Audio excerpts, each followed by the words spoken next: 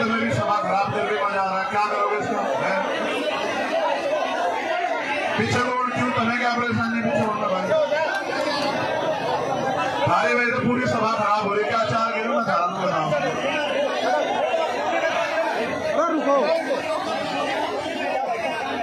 हमारे यहाँ तो मीडिया के भेष में आ रहे हैं गोली चलाने वाले भैया, ये तो हमारी हिम्मत देखो, तो मैं छाते में खड़े कर रखे हैं आप देखो।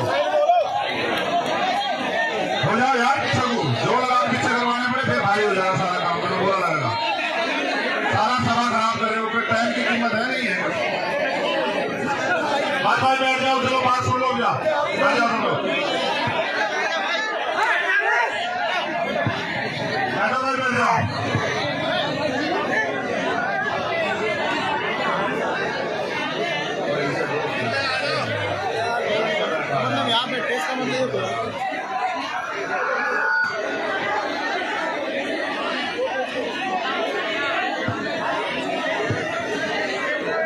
देखो आज भरतपुर आने के कई कारण हैं।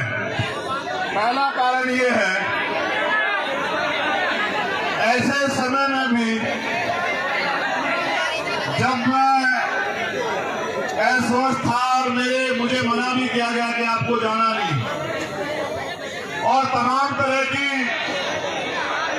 विरोधियों द्वारा भी मेरे खिलाफ षड्यंत्र किए जा रहे हैं, फिर आज मेरे कंधों पे जिम्मेदारी थी कि मैं यहाँ आपके बीच आऊं, और मैं अपनी एक मिनट भी अब किसी को कुछ कहने में खराब नहीं करना चाहता, मैं आपसे बात करना चाहता हूं।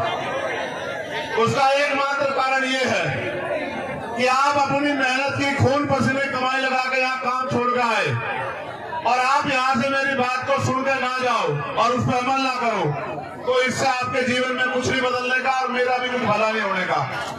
क्योंकि पहली जो सबसे ज्यादा जरूरी बात थी यहाँ आने की, वो ये है कि मैं जब भी राजस्थान आया किसी भी अन्याय के खिलाफ लड़ने के लिए, राजस्थान के साथियों ने पलके बिछा के मेरा स्वागत किया, मुझे हिम्मत दी, मुझे ताकत दी, मेरी रक्षा सुरक्षा की। इसके 2 रुपए लेके चक्कर में पड़े, नाश ना करे, चेहरे यार बस यार।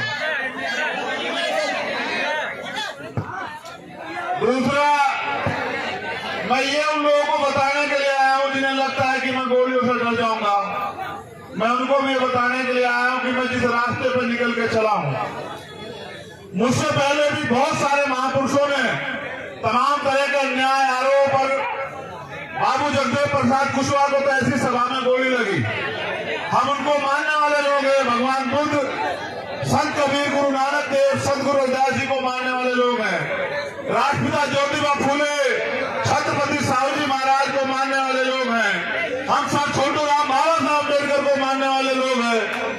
हम गोलियों से डरने वाले नहीं हैं, मगर मैं ये भी बता देना चाहता हूं, मैं गोली का जवाब भी दे सकता हूं, इस बात को भी आप लोग जानते हैं, मगर मैं गोली का जवाब शांति से दूंगा हमेशा। मैं आज भी आपसे अपील करूंगा कि आप शांति बना के रखो।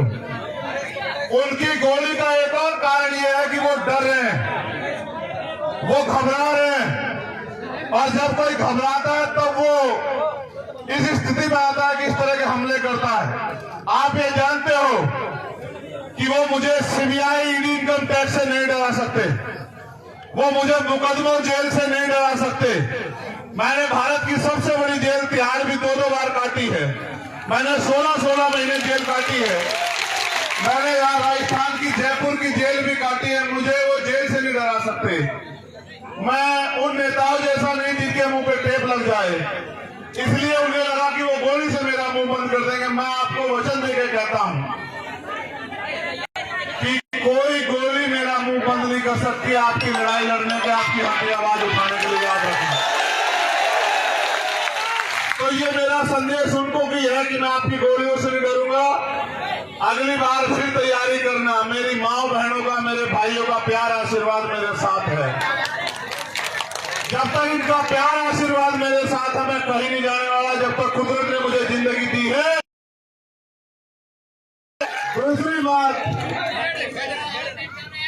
मैं यहाँ इसलिए भी आया कि मैंने आपको वचन दिया कि मैं आऊंगा भरतपुर, और मैं ये बताने के लिए भी आया हूं कि मेरा दिया हुआ हर एक वचन, उसको अगर मुझे अपनी जान की कीमत चुका के भी निभाना पड़ा, मैं उसको निभाऊंगा। और जो वचन मैं आपको दूंगा उसको मैं पूरा करूंगा। अगर मुझे जान की बाजी में लगानी पड़ी, उसके लिए भी मैं तैयार रहूंगा। ये बताने के लिए मैं यहाँ हूँ। और चौथी और आखिरी बात जो सबसे महत्वपूर्ण है, हमारे नेताओं को भी सुननी चाहिए कि जब आप संघर्ष के पथ पे हो, कर्तव्य के पथ पे हो, अगर कोई बहुत ही ज्यादा मुसीबत आ जाए तो आप लक्ष्य से भटक जाओ, आप समय से ना पहुंचो, वरना आप समय से पहुंचो और मिशन के रास्ते में कोई कठिनाई आ जाए, जब तक आपके महापुरुषों का सपना पूरा ना हो तब तक रुको ना, अड़िग रहो। जैसे मैं आज अड़िग खड़ा हूं, ऐसे आप भी अड़िग रहो, क्योंकि ये परिवर्तन का आंदोलन है, एक दिन में पूरा नहीं होगा। हजारों लोगों की कुर्बानियां होगी। गुलामी की बेड़ी एक दिन में नहीं कटती है। मैं ये बताने के लिए भरतपुर में हूं, इस एकता के बीच में, कि अगर गुलामी की बेड़ियां काटनी है तो कुर्बानी देने के लिए तैयार रहो, क्योंकि जिस कौम में कुर्बानी के बकरे तैयार नहीं होते वो कौम कभी आजादी प्राप्त नहीं करती है। इतिहास गवाह है। अगर हमारे खून से क्रांति आए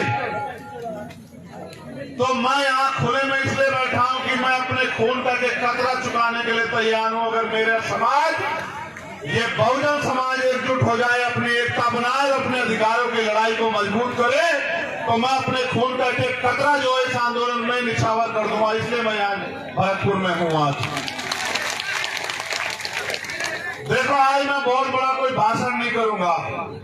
ये सच है, मेरी भी इच्छा है कि मैं जिंदा रहूं। जिंदा रहने की इच्छा इसलिए नहीं है कि मुझे बहुत बड़ी कुर्सी पे बैठना है, आपकी दी हुई प्लास्टिक की कुर्सी, और अगर आप जमीन पर बिठाते वो भी मेरे लिए महलों की कुर्सी, हीरो के ताज से बढ़ के है। लेकिन सवाल ये है, आज तो मैं महसूस कर रहा हूं,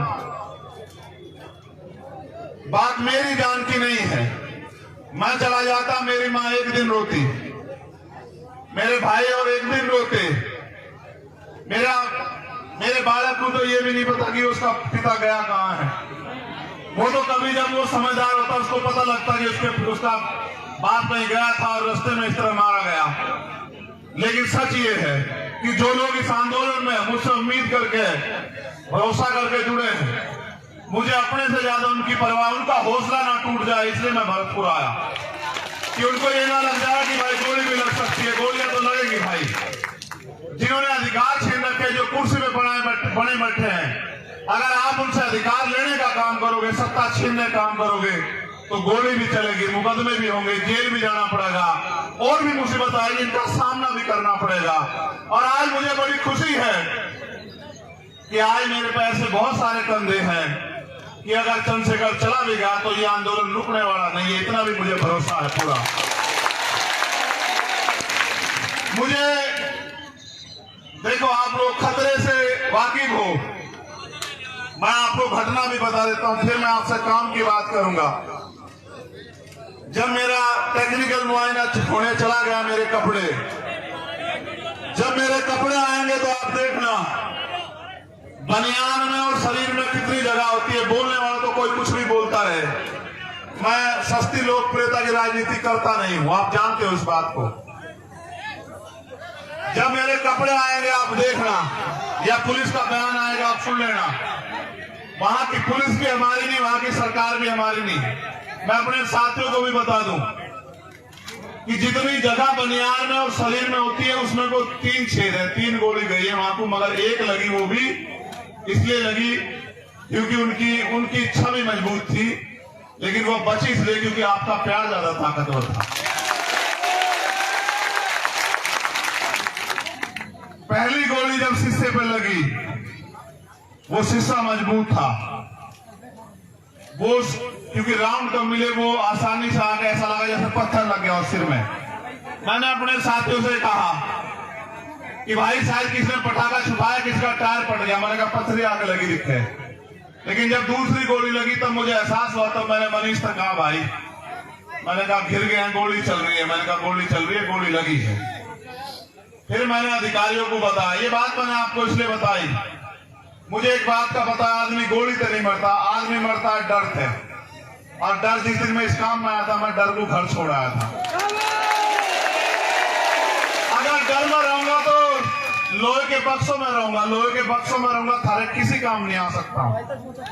अगर थारे बीच रहूंगा तो थारे भी काम आऊंगा, मुझे लगता है कुछ करके भी दिखा पाऊंगा। तो मुझे जैसे मेरी जान को खतरा है, पूरे भारत में भीम आर्मी आजाद समाज पार्टी के माध्यम से और हमारे बहुजन पत्रकार भी, ये भी बात कहनी पड़ेगी, हमारे पत्रकार जो बहुजन समाज के हैं भाई, या जो ईमानदार पत्रकार हैं देश में, या जो ईमानदार से लड़ाई लड़ रहे हैं भीम आर्मी आजाद समाज पार्टी के लोग, या किसान सभा के लोग, या हमारे जाट महासभा के लोग, या अन्य कोई बहुजन संगठन जो ईमानदार से लड़ाई लड़, उन सबकी जान को खतरा है। आप मेरे लिए सुरक्षा की मांग कर रहे हो, मैं यहां भी सुन रहा था। कितने लोगों की सुरक्षा की मांग करोगे आप बताओ? और किस किस की सुरक्षा सुनिश्चित हो सकती है?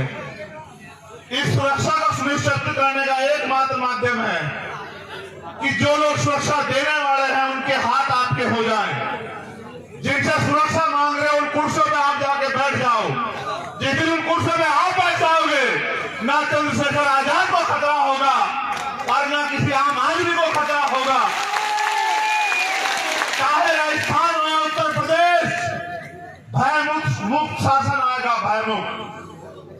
हर आम आदमी, चाहे वो किसान हो, कामगार हो, मजदूर हो, कोई बहन हो, कोई बिटिया हो, कोई बच्ची हो, कोई बुजुर्ग हो, जब ऐसे लोग कुर्सी में बैठेंगे जो सबकी सुरक्षा चाहते होंगे, जिनका लक्ष्य होगा कि हर कमजोर को बुनियादी सुविधाएं, अधिकार, स्वाभिमान सम्मान की जिंदगी मिले, इंसानियत बनी रहे, तब जाके व्यवस्था बदलेगी। वरना आप नहीं कर पाओगे इतने लोगों की सुरक्षा। क्योंकि आज जो सरकार में बैठे हैं उनका एकमात्र लक्ष्य ये है कि जो भी आपके खिलाफ आवाज उठा रहा है उस आवाज को किसी भी तरह कुचल दो। अगर मुकदमों से डर जाए, मुकदमों से डरा दो। अगर पैसे से खरीद के जाए, पैसे से खरीद लो। अगर और कोई डर दिखा के सीबीआई, इनकम टैक्स का ताला लगता लगा दो उसके मुंह पे। और अगर इनसे भी ना घबरा रहा हो तो गोलियों से उसके सीने को छलनी कर दो। अभी वो गोली नहीं बनी जो आपकी ममता को चीर के पार निकल जाए, ऐसी गोली बड़ी नहीं है अभी, आप चिंता मत करो। मेरी बात पर गौर करो। अब जो बात मुझे आपसे कहनी है कि मेरा पसीने में यहां जो हाल है, आपका क्या हाल हो रहा होगा। फिर मैं आपके लिए क्यों कुर्बान ना हो जाऊं, आप बताओ मुझे।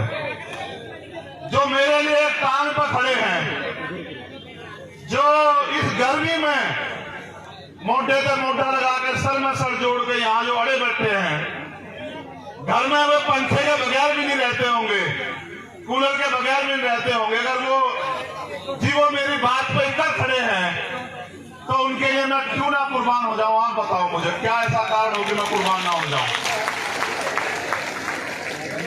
देखो भाई, थम जा, बैठ जाना, बैठ जा। खुदारा जी की सुरक्षा में हो, उसे ना कुछ हो सकता। मर्द का तो बैठ जा, बैठ जा, नाल ना करे और कोई इनकी सुरक्षा ज्यादा है। देखो मेरी बात पे गौर करो। 26 जनवरी 1950 को भारत में लोकतंत्र आया था। लोकतंत्र यानी कि बहुमत का शासन, जिनका वोट होगा उनका राज होगा। पहले राजतंत्र था, अच्छे राजा भी हुए, बुरे भी हुए, तानाशाह भी हुए, सबका अपना अपना हश्र भी हुआ। यहाँ का तो इतिहास गवाह है। यहाँ तो किसान कामगारों ने मिलकर जो है राजशाही भी चलाई। अगर हमारी वफादारी थी, जो खजांची हमारा था, ये हमारी वफादारी थी कि खजांची हमारा था, ये हमारी वफादारी थी, हम पे भरोसा था।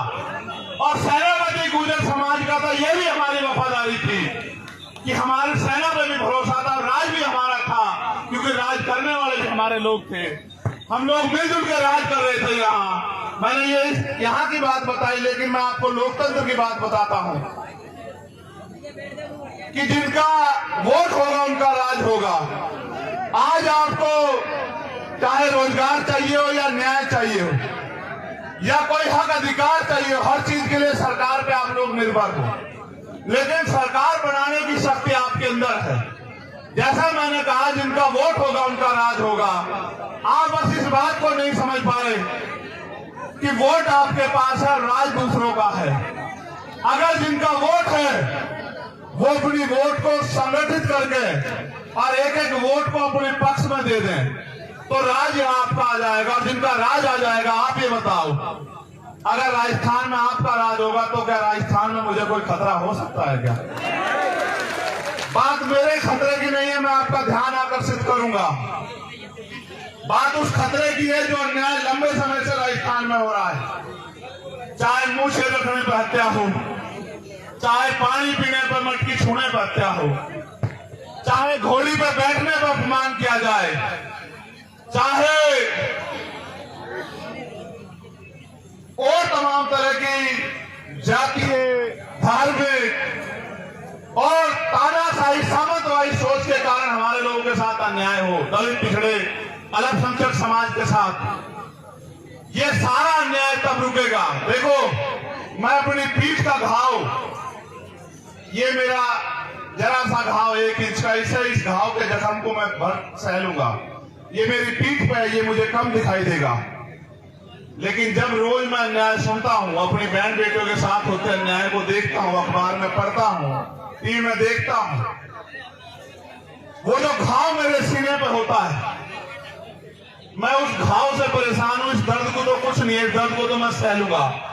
इस दर्द को सह सकता हूं तभी तो आपके बीच में हूं, लेकिन जो घाव मेरे सीने पर रोज, चाहे वो राजस्थान से लगे, चाहे वो उत्तर प्रदेश से लगे, मध्य प्रदेश से लगे, उड़ीसा से, बिहार से, दिल्ली से, मध्य प्रदेश से, उत्तराखंड से, हरियाणा से, पंजाब से जो अन्याय हो रहा है देश की सरकारों में, वो जो घाव मेरे सीने पे लगते हैं, मैं ये सोचता हूं कैसे रोकूं इस अन्याय को। मेरी बहन ओम प्रकाश नगर की से बड़ी वाली, छोटे वाली गुड़िया यहाँ बैठी है। जब मैं आया था मेरे गले लग के उसकी आंखों में भावुकता थी। मुझे उस दर्द की ज्यादा परवाह कि वो दर्द कैसे कम होगा। वो दर्द एक तरीका ही है कम करने का। और जो आप मांग रहे हो सुरक्षा सुरक्षा सुरक्षा, मत बोलो सुरक्षा। इन नालायक सरकारों से कोई सुरक्षा मत मांगो, आप सुरक्षा तंत्र खुद बनो। सुरक्षा मांगने वाले नहीं, सुरक्षा देने वाले बनो। मेरे लोगों, अपनी ताकत को समझो। मैं इसको क्या जवाब दूं? आप बताओ, मैं इसको क्या जवाब दूं? मैं कार्तिक भील की पत्नी को क्या जवाब दूं? मैंने आपसे पिछली बार भी पूछा था। मैं जितेंद्र मेघवाल के परिवार को क्या जवाब दूं? मैं राजस्थान में आके क्या बड़ी बड़ी बातें करूं जब मैं न्याय नहीं दिला पा रहा हूं। आपने सामाजिक न्याय सम्मेलन रखा, हमारे किसान नेता पुष्पेंद्र चौधरी मुझसे पहले बोले होंगे, हम न्याय नहीं दे पा रहे राजस्थान में, तो सामाजिक न्याय कहां से मिलेगा? सामाजिक न्याय का मतलब समझते हो? सामाजिक न्याय का मतलब होता है हिस्सेदारी। धन धरती राजपाट में आपकी हिस्सेदारी, चाहे वो साधन हो, संसाधन हो, राज सत्ता हो, नौकरी हो, जमीन हो, हर काम में आपकी हिस्सेदारी। आपको लगता है हिस्सेदारी मांगने से मिल जाएगी? आपको लगता है हिस्सेदारी अपील करने से मिल जाएगी? आपको लगता है हिस्सेदारी किसी के पैर छूने से मिल जाएगी? एक तरीका है लोकतंत्र में हिस्सेदारी लेने का, वो ये तरीका है जो बाबा साहब अम्बेडकर ने अपने 4 बच्चों की कुर्बानी से आपको दिया। वोट का ताकत, वोट की शक्ति, वोट की शक्ति के बिना कोई तरीका नहीं सामाजिक न्याय मिल जाए। अगर ये सरकारें सामाजिक न्याय देना चाहती तो आप सोचो कि चुनाव होते हैं, सरकारें बनती है, सामाजिक न्याय क्यों नहीं मिलता? बताओ, किसान को उसकी फसल का दाम मिल रहा है क्या? सरकार आती है, किसान कागज लेके दफ्तरों में खड़ा रहता है। नौजवान को रोजगार मिल रहा है क्या?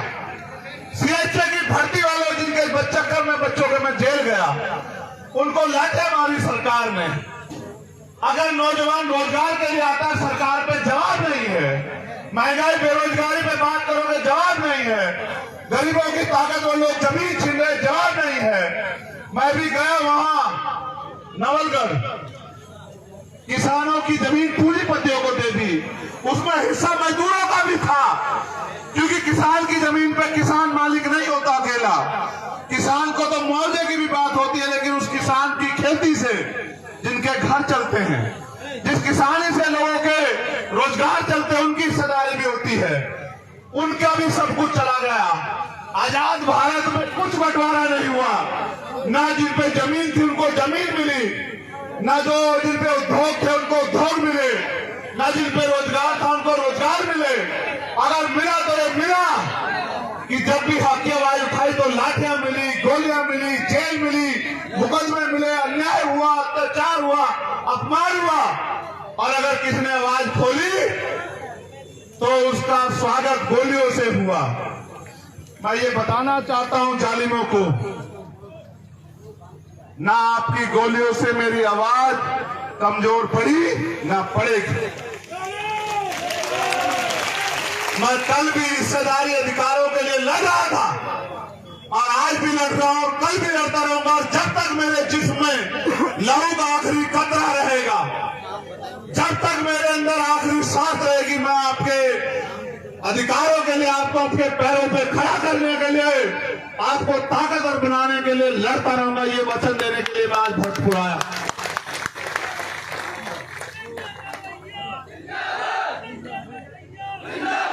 एक खबर मेरे हाथ में दी है, पुलिस के लोग यहाँ होंगे।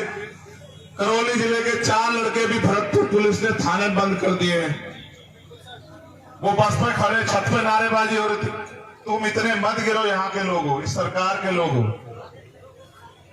ये लोग जिस दिन, मैं कह रहा हूं ना, जिस दिन ये क्रांति यहां से जन्म लेगी, तुम्हारी सरकार भी उखाड़ फेंकेगी। इस बार याद रखना।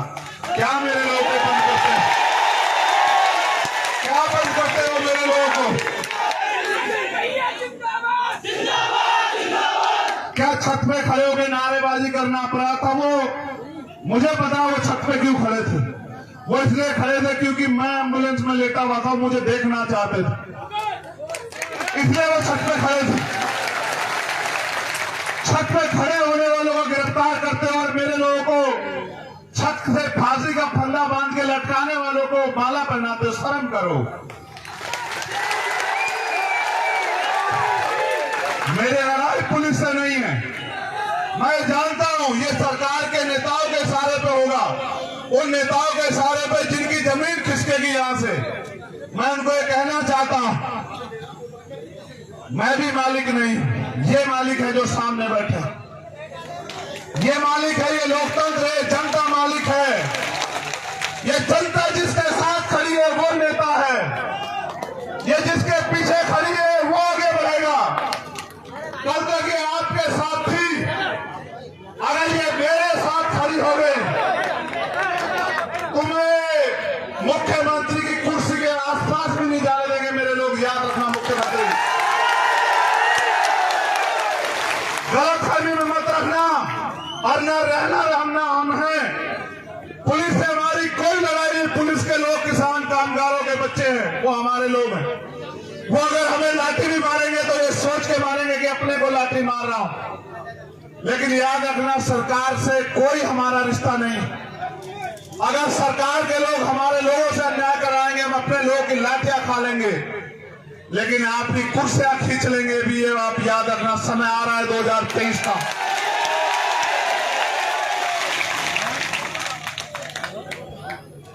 यहां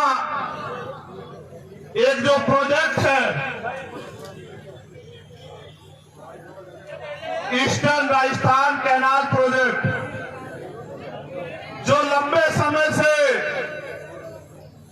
यहां रुका हुआ है, और यहां से जो जल संसाधन मंत्री उन्होंने कहा कि पहले मुख्यमंत्री बना दो, तब 6,000 करोड़ रुपए का प्रोजेक्ट दूंगा। मैं ये भी बता दूं, ना तो वो 6,000 करोड़ रुपए उनके, वो जनता के टैक्स का पैसा है। मैं आपको एक जानकारी दे दूं इस बात के साथ, जो पैसा सरकार खर्च करती है, चाहे केंद्र की करे स्टेट की, वो पैसा जनता के टैक्स का पैसा होता है, सरकार का नहीं होता। सरकार के लोग अपने घर से पैसा नहीं लाते।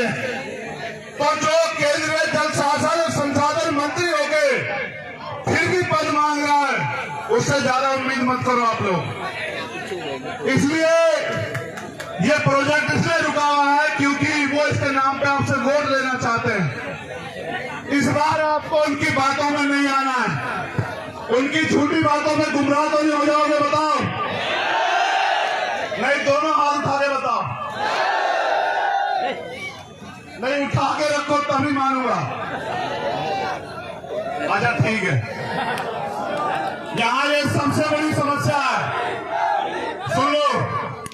एक यहाँ बजरी माफिया का बड़ा वो है, जिसकी वजह से आम आदमी को जो बजरी 3-4 हजार रुपए मिलनी चाहिए वो 20-30 हजार रुपए से ज्यादा मिलती है। और फिर वो जो उनको रोकता है उसके साथ वो किसी घटना को भी अंजाम देते हैं। सरकार सोई भी है, सरकार को नहीं दिखता है सब। सरकार का संरक्षण है उनको। नकल माफिया का मामला आप देखते हो इस सरकार में कि सारे पेपर जो है वो भर्तियों से पहले लीक हो जाते हैं। अब मैं आपसे एक बात जानना चाहता हूं।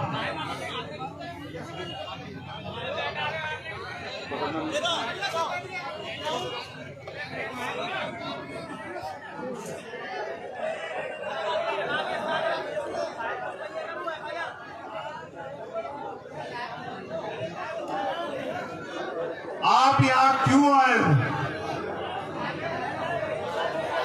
मैं आपसे जानना चाहता हूं। हल्ला मत बजाओ ये राइट वाले, बहुत नजदीक खड़े हुआ देखो लोग 200 मीटर चैन से खड़े हुए। और मैं तुमसे कूलर के आगे बैठने से नहीं कह रहा, मुझे हवा की जरूरत नहीं, मगर चैन से खड़े हो जाओ। मेरी हवा, मेरे हिस्से की हवा भी तुम लो, कोई बात नहीं।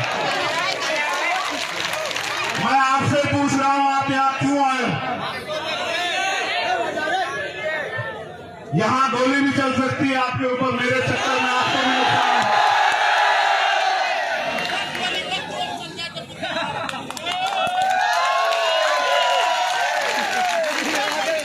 मैं अपनी बहनों मां से पूछना चाहता हूं, मैंने तो कभी आपके लिए 1 रुपए का काम भी नहीं किया, क्यों आई हो? तुम चुप हो जाओगे तो उनकी सुन लूंगा मैं।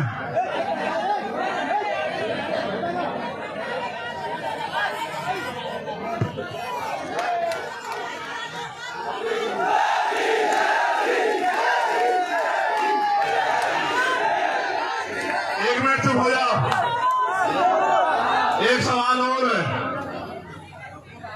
ये गरीब, आपका ये गरीब खून जो है ना, ये खत्म बहुत रहा लोगों की आंखों में। क्या ये आपका आशीर्वाद आगे भी मुझे मिलेगा? ऐसा तो नहीं जब अमीर आ जाएंगे तो अपने गरीब बेटे को भूल जाओगी, अपने इस भाई को भूल जाओगी।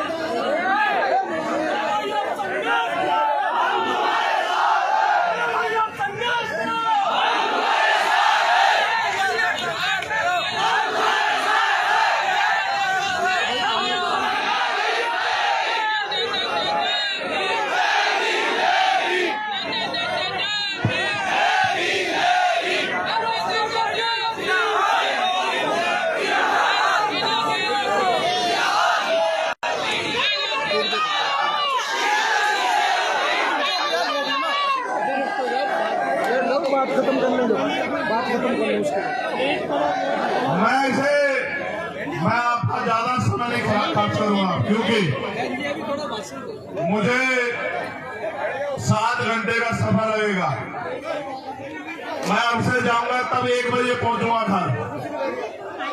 लेकिन सच ये है, देखो मैं सच में नया हूं राजनीति में, मैं बिल्कुल सच में नया हूं। मैं ये नहीं कहता मैं बहुत बड़ा हूं, बहुत बड़े बड़े नेता, मैं तो छोटा जैसा हूं जैसे आप, लेकिन मैं आपको ये वादा कर सकता हूं, क्योंकि आदमी के लिए जान से बढ़ के कुछ नहीं होता। मुझे यहां से एमपी एमएलए का चुनाव नहीं लड़ना है, लेकिन मैं चाहता हूं कि यहां भी अन्याय खत्म हो, यहां भी आप लोग ताकतवर हो। मैं यूपी में नहीं गया सभा करने, इस घटना के बाद में यहां आपके पास आया ये कहने कि यहां आपके पास पहले मौका आएगा अपने लोगों की रक्षा सुरक्षा करने का। यहां आपके पास पहले अवसर है इन गुलामी की बेड़ियों को और उन सामंतशाही ताकतों को सबक सिखाने का कि अब हम जुर्म नहीं सहेंगे,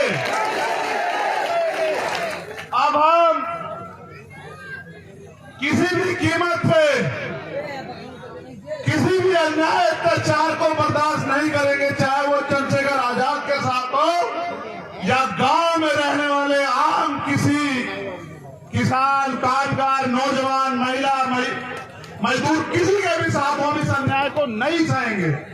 ये सबसे बड़ा मौका आपके पास आने वाला है और मैं ये आपसे आग्रह करूंगा, ये राजधानी है हमारी, मैं इस बात को जानता हूं, ये आगरा से लगी हुई ये राजधानी है हमारी।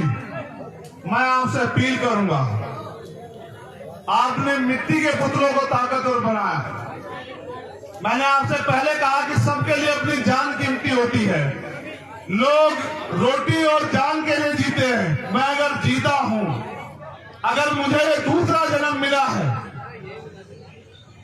तो मैंने पहला जन्म भी आपके नाम सब कुर्बान कर दिया था और मेरा ये जन्म भी आपके नाम कुर्बान रहेगा। आप इस बात को जान लें।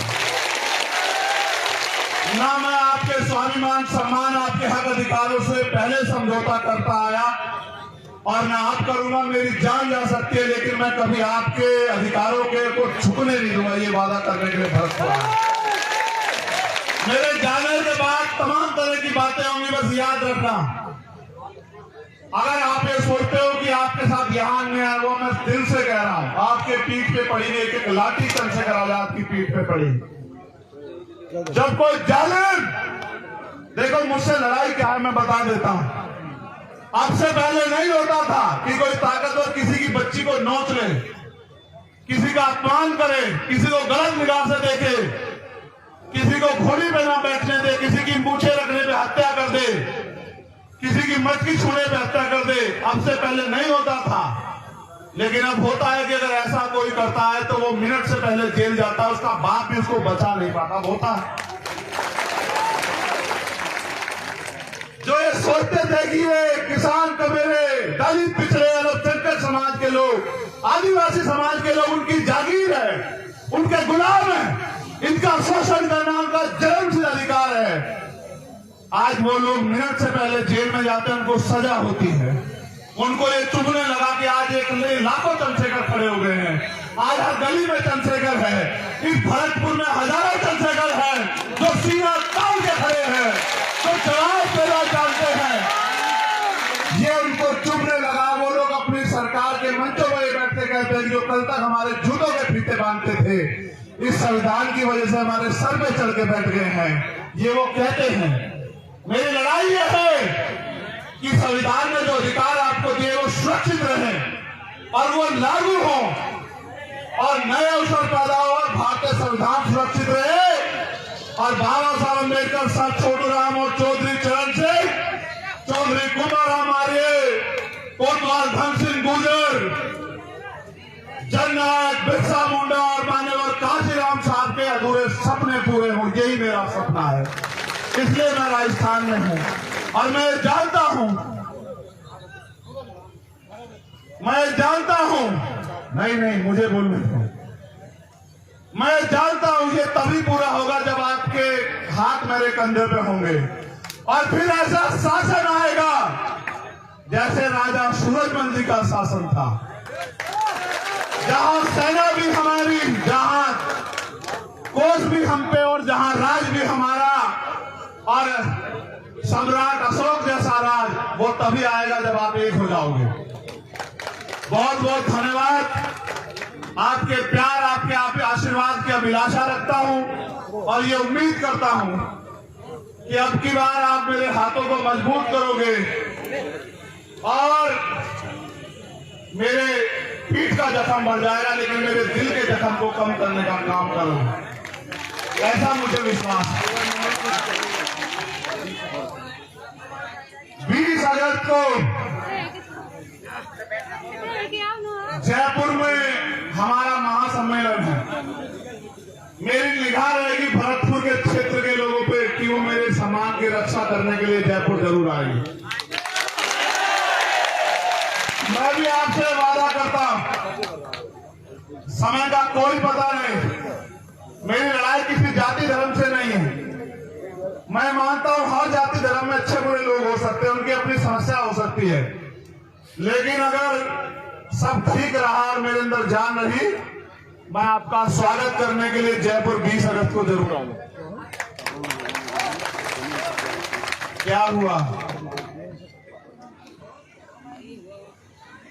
हमारे किसी और को लौट देने और हमारे खेतन अब आना कोई सुन के बताएगा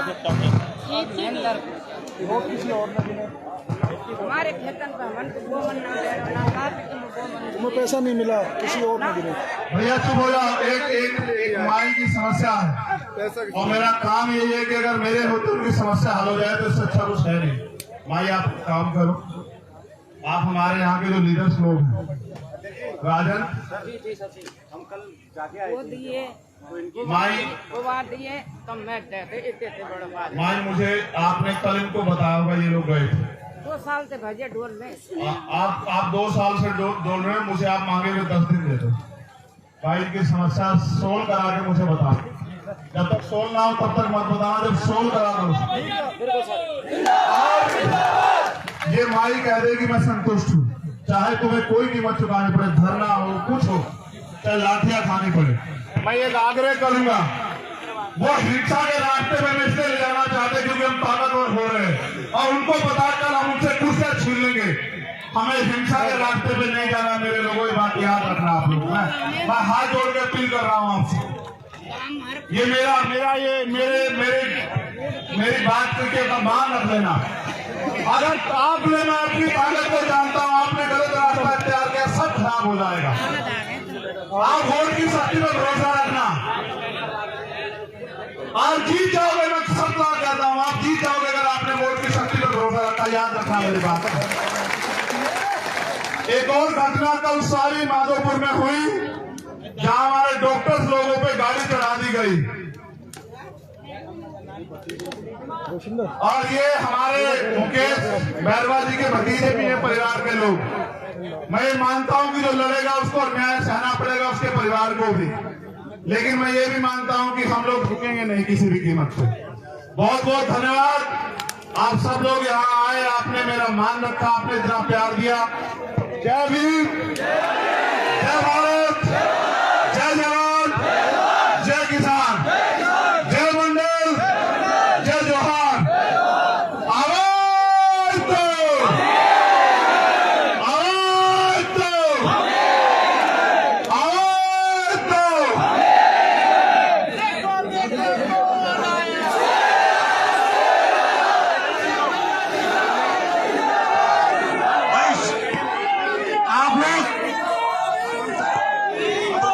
आप लोग शांति बना रखो और आराम से निकलना।